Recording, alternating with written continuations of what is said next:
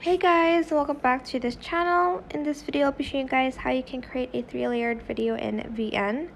So I have this video here and I'm just going to select crop, which is here, and I'm going to select the 3x2 one and I'm going to press the check mark button. Then I am just going to use the same video to show you, but you're just going to essentially add in a different video.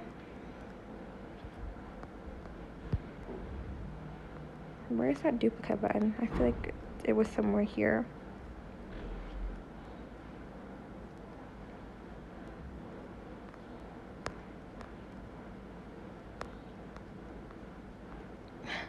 I swear the duplicate button was right here. I don't know.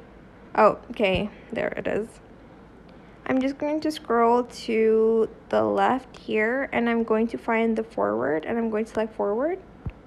And I'm just going to drag it all the way to the left. I'm going to duplicate that and it's going to be on top. I'm just going to drag the video down here and this one up there to create a 3-layered video. And that is it. I hope this tutorial was helpful for you guys. Don't forget to like, comment, share, and also subscribe to this channel if you haven't done that already. If you have any more questions, just leave it in the comment section down below. I will try my best to answer them all for you guys.